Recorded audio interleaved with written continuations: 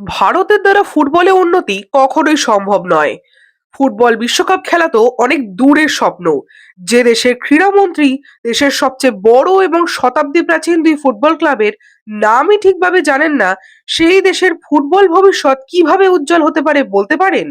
বুধবার এআইএফএফ এর সভাপতি কল্যাণ চৌবে এবং বিভিন্ন ক্লাবের প্রতিনিধিদের সঙ্গে বৈঠকে বসেন কেন্দ্রীয় ক্রীড়ামন্ত্রী মনসুখ মান্দাভিয়া।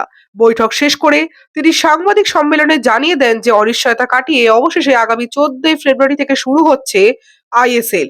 কিন্তু সেই একই সাংবাদিক সম্মেলনে ইস্ট বেঙ্গল এবং মোহনবাগানের নাম উচ্চারণ করতে গিয়ে তিনি বলেন মোহন বেগান এবং ইস্ট বেগান।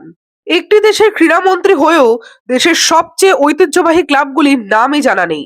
এটা যে শুধু দুঃখজনক এমনটাই নয়, তার পাশাপাশি তীব্র লজ্জারও।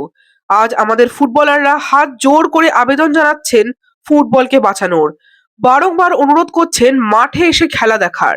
শুধু নাম উচ্চারণেই যদি এই অবস্থা হয় তাহলে ফুটবলের সার্বিক উন্নয়ন যে বেশ দুশ্চিন্তার বিষয় তা বলাই বাহুল্য।